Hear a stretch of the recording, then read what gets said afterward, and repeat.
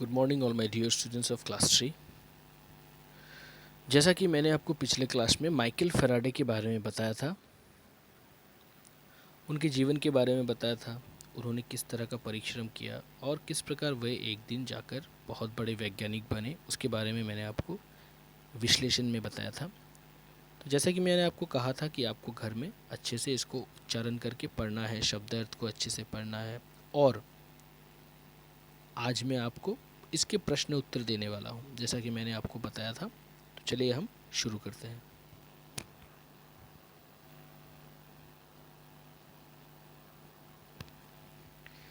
पहला चित्र पर आप जैसे देख सकते हैं, ये जो चित्र है ये माइकल फैराडे जी का चित्र है। पहला प्रश्न जो लिखित में है वह यह है कि माइकल फैराडे को अपने बाल्यकाल में किन कठिनाइयों का सामना करना पड़ा। पहला प्रश्न मैं फिर से आपको पढ़कर समझाता हूँ कि माइकल फैराडे को अपने बाल्यकाल में किन कठिनाइयों का सामना करना पड़ा। बाल्यकाल का अर्थ होता है चाइल्डहुड पीरियड, यानी कि बचपन में। तो माइकल फैराडे जो थे, जैसे कि मैंने आपको कहानी में पढ़ाया था, आपने अगर कहानी को ध्यान से सुना होगा तब समझा ही होगा कि माइकल फैराडे को किन किन परिस्थितियों का, किन किन कठिनाइयों का सामना करना पड़ा जब वे छोटे थे। तो चलिए इसका उत्तर भी मैं आपको बता देता हूँ। माइकल फैराडे को अपने बाल्यकाल में अनेक कठिनाइयों का सामना करना पड़ा।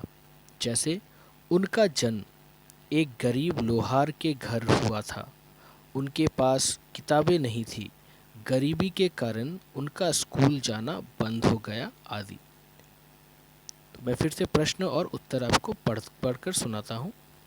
माइकल फैराडे को अपने बाल्यकाल में किन कठिनाइयों का सामना करना पड़ा।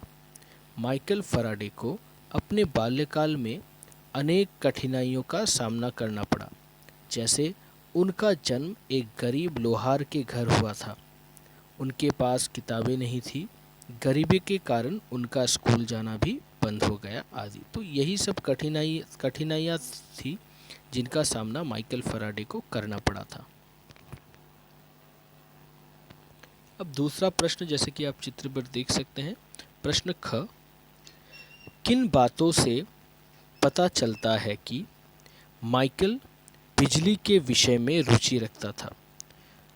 तो जैसे कि मैंने आपको पाठ में समझाया था, बताया था, तब समझाते वक्त मैंने आपको बताया था कि माइकल फैराडे जी जो हैं उनको बिजली से संबंधित बातों पर बहुत ही ज़्यादा इंटरेस्ट था, रुचि था। तो किन बातों से हमें पता चलता है, इस पाठ की किन बातों से हमें पता चलता है कि माइकल फैराडे को बिजली के विषय में रुचि रखता था। माइकल जिस जिल्द बनाने वाले के यहाँ नौकरी करता था, यदि उस दुकान पर बिजली से संबंधित कोई किताब आती तो वह उसे अवश्य पढ़ता। इन्हीं बातों से पता चलता है कि माइकल बिजली के विषय में रुचि रखता था। तो जिस जिल्द बनाने के यहाँ वह नौकरी करता था, वहाँ पर जब भी कोई भी किताब आती थी जो कि बिजली के विषय से संबंधित होता था, तो उन किताबों को वो बहुत गौर से पढ़ता था। नेक्स्ट प्रश्न नंबर ग, माइकल की इच्छा किस प्रकार पूरी हुई। जब माइकल के मालिक ने उससे कहा, तुम्हारे टिकट के पैसे मैं दे दिया करूँगा, तुम्हारी मजदूरी से नहीं काटूँगा, इस प्रकार माइकल की इच्छा पूरी हुई। तो प्रश्न यह है कि माइकल की इच्छा किस प्रकार पूरी हुई। माइकल फैराडे जो थे, उनकी इच्छा किस प्रकार पूरी हुई। तो क्या थी उनकी इच्छा। इच्छा का अर्थ है विश। तो जैसे कि मैंने आपको बताया था कि सर हम्फ्रे डेवी भाषण दिया करते हैं, तो उनके भाषण को सुनना और उन पर चित्र बनाकर उनको लिखना उन्हें बहुत पसंद था। लेकिन वहाँ पर जाने के लिए टिकट की ज़रूरत पड़ती थी, और जब भी वह टिकट खरीदता तो उससे उसका जो मालिक था वह उसके पैसे से काट देता था। तब उसके मालिक ने जिल्द बनाने के यहाँ जहाँ काम करता था, एक दिन उसके मालिक ने उसे दुखी देखा, तो उसके मालिक ने कहा कि मैं अब से तुम्हें टिकट के पैसे भी दे दिया करूँगा और तुम्हारे वेतन में से, सैलरी में से नहीं काटूंगा। तो इसी से माइकल फैराडे की इच्छा पूरी हुई। तो फिर से मैं एक बार उत्तर दोहरा देता हूँ कि जब माइकल के मालिक ने उससे कहा तुम्हारे टिकट के पैसे मैं दे दिया करूँगा, तुम्हारी मजदूरी से नहीं काटूंगा। इस प्रकार माइकल की इच्छा पूरी हुई।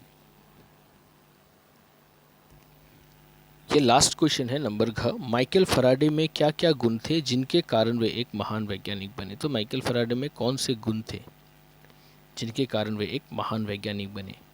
तो उत्तर कुछ इस प्रकार है। माइकल फैराडे बहुत होनहार थे और अपना हर एक काम को मन लगाकर करते थे, जिसके कारण वे एक महान वैज्ञानिक बने। क्योंकि वह बहुत ही होनहार थे और अपने हर एक काम को बहुत ही मन लगाकर करते थे, इसीलिए वह एक महान वैज्ञानिक बने। तो इसी के साथ मैं आज की कक्षा यहीं पे समाप्त करता हूँ। धन्यवाद।